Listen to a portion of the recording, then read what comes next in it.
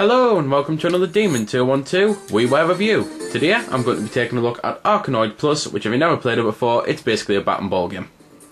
So at the start there's basically options, so you can choose things like player speed, versus mode, time mode and arcade mode. I will show all three modes off, but basically arcade mode is the main game. You get 61 stages for your 800 points, although I'm guessing it'll be 600 points in NA, it seems to be the theme with these Plus games. And then for another 200 points you can get Zone 2, which is another 61 stages. And basically you go through, well, by the way, just in case you're wondering, that's what the shop's for, Zone 2. It's not a shop for the game. Anyway, the whole point of the game is bat and balls, so you basically, you choose which type of thing that you want, so you can play the arcade mode 2 play if you want to. You can choose live mode or barrier mode. Basically one gives you lives, the other gives you a barrier shield at the bottom, so it's a very similar thing to be fair, only power-ups differ, and I'll mention that a bit later. So you just get all those things to be able to choose from at the start, and then you basically get a bit of story, and to be fair I'll just cut past the story.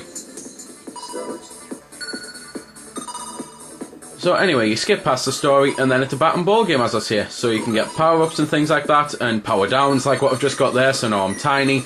There's enemies which you can switch on, which is what they are there, and they'll basically come out and knock you, so obviously you have to knock them.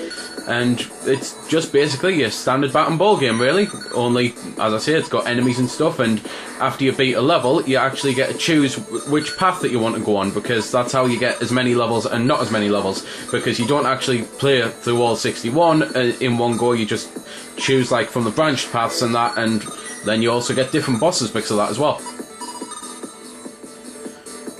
So here we go, then I've beat a level, and this is what I mean by the path type thing. It opens up at the bottom there, and you can either go left or you can go right. So I'll go left just for now, and there we go, round cleared. Obviously on the screen there's other things going on. You've got your time, you've got your, like, how long you've played for, you've got like your round time and stuff like that, you've got your score, you've got your lives, and it's just basically, as I say, a bat and ball game. So there's loads of power-ups, which I did say I'd mention, like the one I've got there, which means it's powering through all the blocks. You can get lasers, you can get the catcher like that, and the power-ups, as I say, differ between barrier mode and live mode. It's as stupid as it seems, it's pretty much just power-ups of, like, well, for example, on live mode you can get lives, so it's literally, those are the slight differences between the power-ups. But anyway, on to some time mode.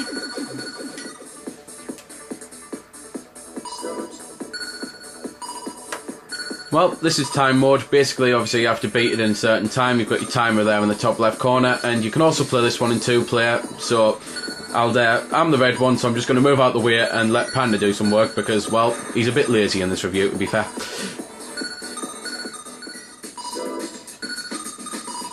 And from time mode to the other 2-player mode. This one, obviously, you've got the barrier there, and you can change rules and stuff, though. You can change it to bust all of one colour or bust all bricks, so that's pretty cool.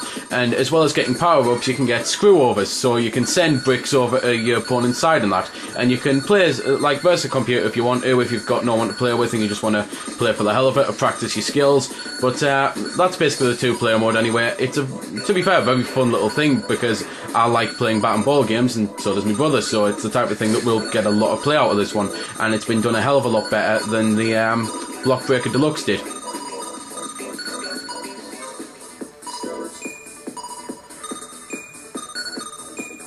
But to be fair, there's nothing really actually left to say about the game. Obviously I'm on the arcade mode as the 2-player, so it's done in the same way as time, but literally if you like bat and ball games, it's a great game with lots to do, and that's about it really. So now just for a tiny bit of music, because the camera's about to die, and then sign off really.